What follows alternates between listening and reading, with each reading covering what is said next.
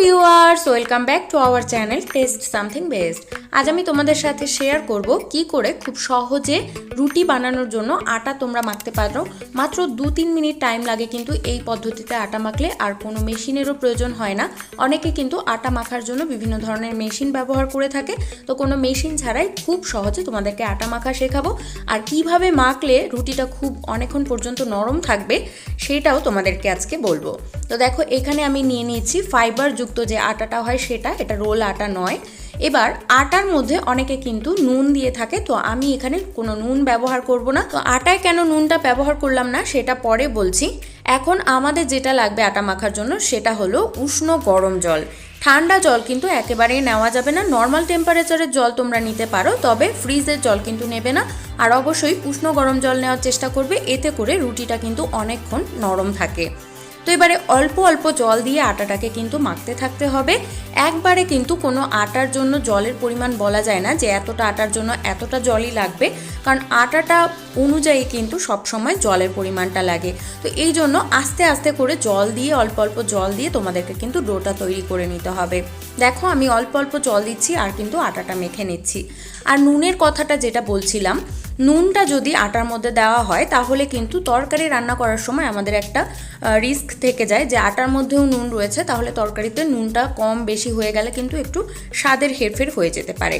সেই জন্য নুনটা না দিলেই কিন্তু খুব আরামসে তরকারিও রান্না করা যায়। আর যদি মিষ্টি জাতীয় কোনো খাবারের সাথে রুটিটা খাওয়া হয় তাহলে কিন্তু নুন দিলে একেবারেই ভালো লাগে না। তো আমার কিন্তু ব্যক্তিগতভাবে নুন দেওয়াটা পছন্দ নয়, তোমরা যদি মনে করো তোমরা কিন্তু দিতে পারো।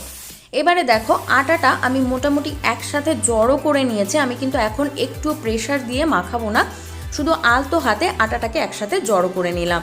এবারে দেখো, এর থেকে বেশি কিন্তু আমাদের আর জল হয়তো লাগবে না, তবে পরে যদি লাগে আমরা কিন্তু জল অ্যাড করতে পারবো। এখন এইভাবে একটা এয়ারটাইট ঢাকনা দিয়ে আমি আটাটাকে ঢেকে রেখে দেবো 10 থেকে 15 মিনিট। তো তোমরা চাইলে আরেকটু কমও ঢাকতে পারো, তাতেও কিন্তু হয়ে যাবে। এতে করে কি হবে, ভেতর থেকে আটাটার মধ্যে একটা সোয়েট ভাব চলে আসবে।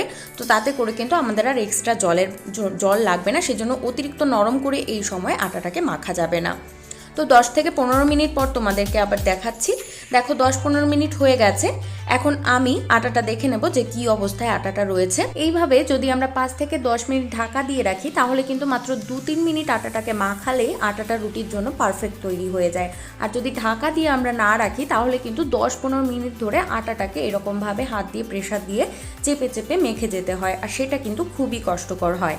এই 10-15 মিনিট মাখানোর জন্য আর যদি পরিমাণে বেশি হয় আটা তাহলে কিন্তু আরও বেশিক্ষণ ধরে মাখাতে হবে। সেই ভয়ে কিন্তু অনেকেই আটা মাখাতে চায় না।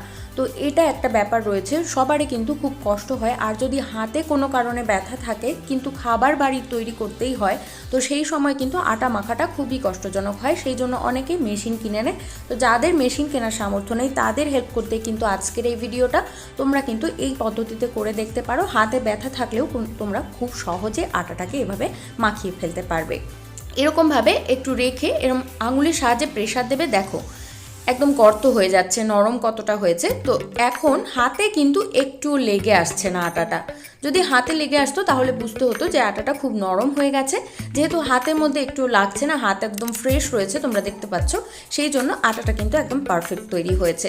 তো বন্ধুরা, কেমন লাগলো আমাদের ভিডিওটা? যদি একটু উপকার পেয়ে থাকো তাহলে অবশ্যই চ্যানেলটাকে সাবস্ক্রাইব করতে ভুলবে না, আর ভিডিওটা ভালো লাগলে লাইক, কমেন্ট, শেয়ার করতে ভুলবে না। তো দেখো, আটাটা কিন্তু পারফেক্ট তৈরি হয়ে গেছে। তোমাদেরকে এবার আমি একটু দেখাবো কি করে গুটলিগুলো করে নিতে হয়। তো এরকমভাবে গোল গোল করে এক সাইজের করে কিন্তু তোমরা সমস্ত রুটিগুলো বানিয়ে নিতে পারো। দেখো, একদম কিন্তু কোনো ফাটল নেই আটার মধ্যে। আঙুল দিয়ে প্রেসার দিয়ে তোমরা বুঝতে পারবে। দেখো, এরকমভাবে তোমাদেরকে আমি দেখাচ্ছি, একদম কিন্তু কোনো ফাটল থাকবে না ডোটার মধ্যে। তাহলে কিন্তু বুঝতে পারবে আটাটা একদম পারফেক্ট তৈরি হয়েছে।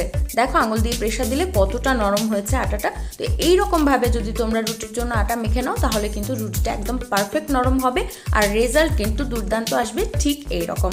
তাহলে বন্ধুরা, আজকের মতো বিদায় নিচ্ছি এখানেই। তোমরা সবাই ভালো থাকো, সুস্থ থাকো। দেখা হবে নেক্সট ভিডিওতে। Bye bye.